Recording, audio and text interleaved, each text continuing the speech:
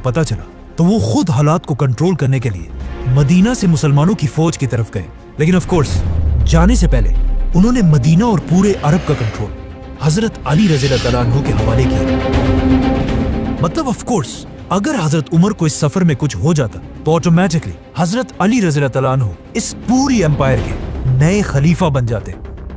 जैसे ही हजरत उमर सीरिया पहुंचे, वहां उनकी मुलाकात नए आर्मी चीफ अमर बिन आस से हुई और उन्होंने खलीफा उमर के सामने एक नया जबरदस्त प्लान रखा कि अब हमें रुकने के बजाय एक नई दुनिया की तरफ जाना चाहिए, इजिप्ट। पर वेट, इजिप्ट ही क्यों? मुसलमान तो रोमन एम्पायर के कैपिटल की तरफ भी जा सकते थे, क्योंकि इजिप्ट कोई आम इलाका नहीं था और पिछले हजारों साल से इजिप्ट दुनिया के सबसे रिच इलाकों में से एक था, जिसकी ताकत को कुरान में भी बार बार एक्सप्लेन किया गया है। लेकिन आखिर इजिप्ट इतना पावरफुल बना कैसे?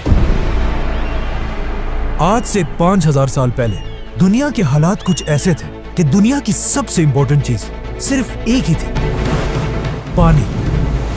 और जिसके पास दुनिया में सबसे ज्यादा पानी होता था वही पूरी दुनिया पर राज करता था। एंड ऑफ कोर्स उस जमाने से लेकर आज तक दुनिया की सबसे बड़ी रिवर इजिप्ट में ही थी, नाइल रिवर। और आहिस्ता आहिस्ता इसी दरिया के पानी की ताकत की वजह से पूरी दुनिया से लोग इजिप्ट में आकर आबाद होने लगे, जिसकी वजह से इजिप्ट दुनिया का सबसे ताकतवर इलाका बना और यहाँ के लोग दुनिया के सबसे रिच लोग बने। जिसके बाद इन्हीं लोगों में से एक आदमी खड़ा हुआ, किंग नार्मर, जिसने पूरे इजिप्ट को यूनाइट करके यहाँ पर दुनिया की सबसे पहली बादशाहत बनाई। बट वेट, ये तो 5000 साल पुरानी कहानियां है, तो आज हमें इस सब का कैसे पता है? इन दो टैबलेट्स को गौर से देखें।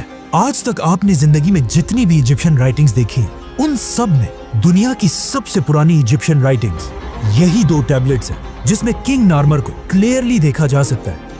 आहिस्ता आहिस्ता यही इजिप्शियन एम्पायर ताकतवर होती गई और अगले 1000 साल तक इजिप्ट ही पूरी दुनिया पर राज करता रहा। 1000 साल तक दुनिया की सुपर पावर रहने के बाद अब इजिप्शियन फिरौनों को यह बात कंफर्म हो चुकी थी कि उनसे बड़ा इस पूरे यूनिवर्स में कोई भी नहीं है। जिसके बाद पहली बार उन्होंने एक ऐसा दावा किया जो उनसे पहले किसी ने नहीं किया था। इजिप्ट के फिरौन ने अपने आप को बादशाह नहीं बल्कि खुदा कहा और इन फिरौनों ने इजिप्ट में एक ऐसा रिलीजन बनाया कि फिरौन तो दुनिया में एक खुदा है, लेकिन तुम अवाम सिर्फ और सिर्फ तभी जन्नत जा सकते हो जब तक तुम अपने खुदा फिरौन के गुलाम रहो, ताकि कभी भी इजिप्ट के लोग फिरौन के खिलाफ बगावत ना कर सके। तो अब पूरा इजिप्ट फिरौनों की इबादत करने लगा। लेकिन आहिस्ता आहिस्ता इन फिरौनों के रिलीजन में भी कुछ चेंजेस आने लगी और आखिर यहाँ पर एक बहुत ही अजीब कॉन्सेप्ट आया कि हर फिरौन खुदा नहीं है, बल्कि सिर्फ वही फिरौन खुदा रहेगा जिसका जिस्म उसके मरने के बाद भी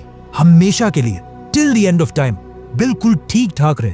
तो अब इन फिरौनों की आपस में एक रेस स्टार्ट हुई कि कौन अपने जिस्म को हमेशा के लिए सेफ रख सकता है। तो अब फिरौन अपने जिस्मों के साथ एक्सपेरिमेंट्स करने लगे, जिससे दुनिया में पहली बार ममीज का कॉन्सेप्ट आया। तो अब जैसे ही कोई फिरौन मरता था तो उस जमाने के सर्जन्स सबसे पहले उस फिरौन के जिस्म से सारा खून निकाल देते थे और उसके बाद उस फिरौन की नाक में एक कुंडा, एक हुक डालकर उसके दिमाग को उसके नाक से ही बाहर खींच लेते थे, जिसके बाद उसके जिस्म से सारे ऑर्गन्स, लंग्स, जिगर, गुर्दे सब निकाल लिए जाते थे, लेकिन सिर्फ दिल को बिल्कुल सेफ एक जार में रख दिया जाता था। जिसके बाद इस फिरौन के खाली जिस्म को बहुत ही केयरफुली अगले 40 दिन के लिए पानी में रख दिया जाता था और इस पानी में एक स्पेशल नमक मिक्स किया जाता था। 40 दिन के बाद फिरौन को निकालकर उसके खाली जिस्म को रेत से भर दिया जाता था ताकि वो हमेशा के लिए अपने सही शेप में रहे। और फिर फाइनली फिरौन के जिस्म पर तेल और हनी लगाकर उसके जिस्म पर हमेशा के लिए व्हाइट पट्टियां बांधी जाती थी और फिर उसे एक बहुत ही महंगे ताबूत में बंद कर दिया जाता था। इस ताबूत में फिरौन के जिस्म के साथ साथ खाने पीने की चीजें, बहुत सारा सोना और मोस्ट इम्पोर्टेंटली उसका दिल उसके साथ दफना दिया जाता था। आहिस्ता आहिस्ता मरने के बाद हर फिरौन अपनी मम्मी बनाने लगा और ये बिल्कुल एक आम सी बात बन गई। तो अब मरने के बाद खुदा बनने की ये रेस मम्मी से भी आगे निकल गई और आने वाले नए फिरौन सिर्फ मम्मीज ही नहीं बल्कि अपने मम्मीज के ऊपर बड़ी बड़ी बिल्डिंग्स बनाने लगे, जो पहले तो सिर्फ नॉर्मल बिल्डिंग्स और टेम्पल्स थे, लेकिन आहिस्ता आहिस्ता ये बिल्डिंग्स बड़ी होती गई और इस तरह दुनिया में पहली बार पिरामिड्स का कॉन्सेप्ट आया। तो अब जो भी फिरौन मरता था वो अपनी ममीज पर एक से बढ़कर एक बड़े बड़े पिरामिड्स बनाने लगे, और हर फिरौन ये चाहता था कि उसका पिरामिड पिछले फिरौन से भी बड़ा पिरामिड हो। और आहिस्ता आहिस्ता ये पिरामिड्स इतने बड़े हो गए कि आखिर एक फिरौन खुफू ने आज से 4,500 साल पहले दुनिया का सबसे बड़ा पिरामिड बनाया, the great pyramid of Giza. जब ये पिरामिड बनाया गया, ये उस जमाने में दुनिया की सबसे बड़ी बिल्डिंग थी, और अगले 3,500 साल तक दुनिया की सबसे बड़ी बिल्डिंग का टाइटल इसी पिरामिड के पास था। लेकिन 3,500 साल बाद आखिर इस पिरामिड का रिकॉर्ड लंदन के इस चर्च ने तोड़ दिया। लेकिन ये चर्च भी ज्यादा अरसा अपनी जगह पर खड़ा नहीं रह सका, और इसके गिरते ही पिरामिड दोबारा दुनिया की सबसे बड़ी बिल्डिंग बनी। लेकिन आने वाले वक्तों में आईफल टावर और बाकी बिल्डिंग्स ने पिरामिड्स का ये रिकॉर्ड तोड़ दिया। आज दुनिया की सबसे बड़ी बिल्डिंग बुर्जुल खलीफा है, we all know that, जिसकी हाइट तो सबसे ज्यादा है, लेकिन वजन के हिसाब से अगर 12 बुर्ज खलीफा को मिला लिया जाए तब भी ये एक पिरामिड ज्यादा भारी है। मतलब ये पिरामिड इतना बड़ा है कि इस पिरामिड के अंदर 2000 बड़ी बड़ी ट्रक्स आसानी से पार्क की जा सकती हैं। नाउ सारे फिरौन ये पिरामिड्स तो बना ही रहे थे, लेकिन इन पिरामिड्स को बनाते हुए उन्हें इस बात का पता नहीं चला कि इनको बनाने के लिए बहुत ज्यादा पैसा खर्च होता था। इसीलिए ये पिरामिड आज दुनिया का सबसे बड़ा पिरामिड है, और इस पिरामिड के बाद आने वाले पिरामिड्स का साइज आहिस्ता आहिस्ता छोटा होने लगा। और सिर्फ पिरामिड्स ही नहीं, बल्कि इन पिरामिड्स की वजह से पूरी इजिप्ट की इकोनॉमी भी कमजोर होने लगी, और हजारों साल में पहली दफा ऐसा लग रहा था कि फाइनली इजिप्ट अपने सुपर पावर होने का टाइटल खो देगा। जैसे इजिप्ट की इकोनॉमी बहुत ही कमजोर हुई, ये एग्जैक्टली वही टाइम था जब मिस्र के बाजार में एक छोटा सा बच्चा गुलाम बनाकर बेचा जा रहा था। लेकिन ये बच्चा बाकी सारे बच्चों से बिल्कुल डिफरेंट था, मतलब उस जैसा खूबसूरत वहाँ कोई भी नहीं था, जिसकी वजह से इस बच्चे को मिस्र के एक बहुत ही पावरफुल मिनिस्टर ने अडॉप्ट कर लिया। और फिर आगे जाकर यही गुलाम बच्चा यूसुफ अलैहिस्सलाम पूरे इजिप्ट का प्राइम मिनिस्टर बना।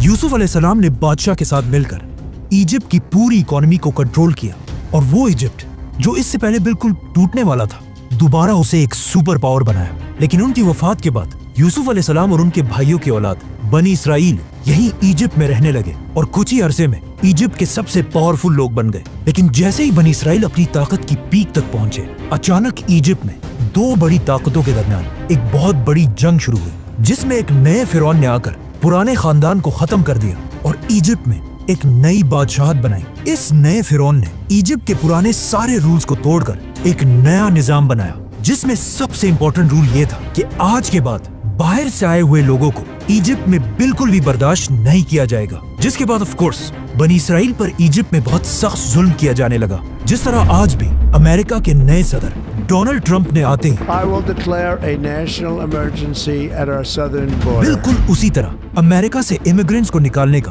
प्लान बनाया है। अब इजिप्ट के सारे बनी इसराइल को नए फिरौन ने आते ही बनी इसराइल के सारे कारोबार बंद कर दिए और उन्हें अपना गुलाम बना दिया, और इसी तरह अगले 400 साल तक बनी इसराइल इजिप्ट के लोगों के गुलाम रहे।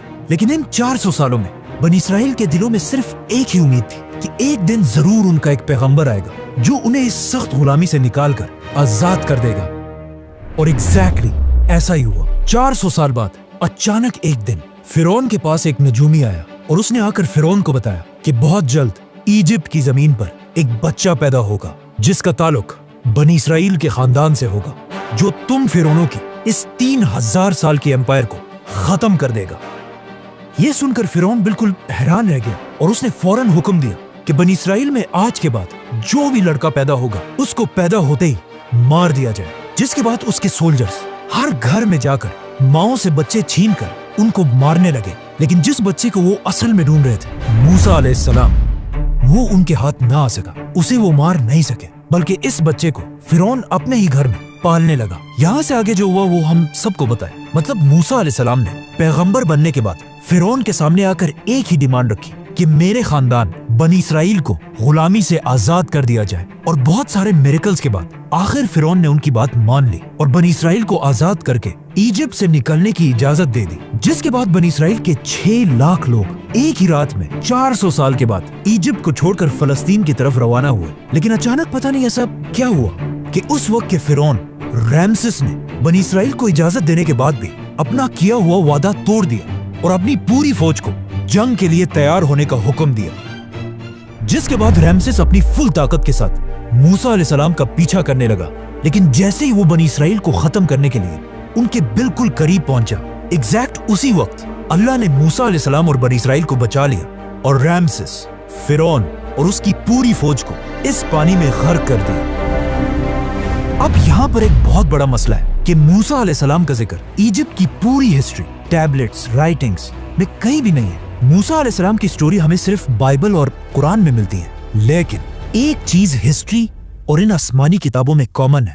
مطلب آج دنیا کا ہر ہسٹورین اس بات کو مانتا ہے کہ موسیٰ علیہ السلام کے دور کے فرعون رامسس کے مرنے کے بعد ایجپٹ کبھی بھی دوبارہ اپنے پیروں پر کھڑا نہیں ہو سکا۔